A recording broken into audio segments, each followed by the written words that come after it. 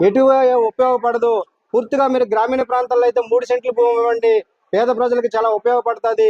లేకపోతే పట్టణ ప్రాంతాల్లో అయితే 2 సెంట్లు భూమి ఇవ్వండి, వాళ్ళకి ఉపయోగపడుతుంది. మీరు ఒక సుదీర్ఘ ప్రాంతాల్లో ఇవ్వడం వల్ల వారు పనులు చేసుకోవాలంటే పట్టణాలకు రావాలి.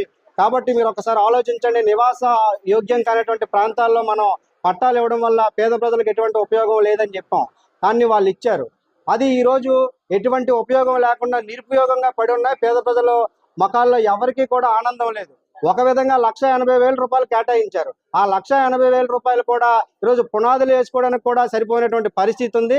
ఈ నేపథ్యంలో కూటమి ప్రభుత్వం అధికారంలోకి వస్తే చంద్రబాబు నాయుడు చాలా స్పష్టంగా ఆ రోజు చెప్పాడు, మేము గనక అధికారంలోకి వస్తే పట్టణ ప్రాంతాల్లో 2 సెంట్లు భూమి ఇస్తాం, గ్రామీణ ప్రాంతాల్లో అయితే 3 సెంట్లు భూమి ఇస్తాం.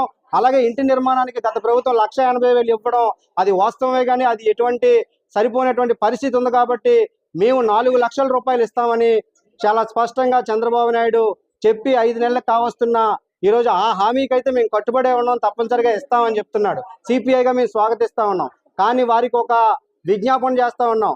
అది ఏంటంటే ఈరోజు భవన నిర్మాణ సామాగ్రి విపరీతంగా ధరలు పెరిగిపోయి, కాబట్టి మీరు ఇచ్చేటువంటి 4 లక్షలు కాకుండా సిపిఐ చెప్పినట్టుగా 5 లక్షల రూపాయలు ఇస్తే ఇక్కడ ఉన్నటువంటి పేద ప్రజలకు చాలా ఉపయోగకరంగా ఉంటుంది. కాబట్టి ఆ దిశగా మీరు ప్రయత్నం చేయండి.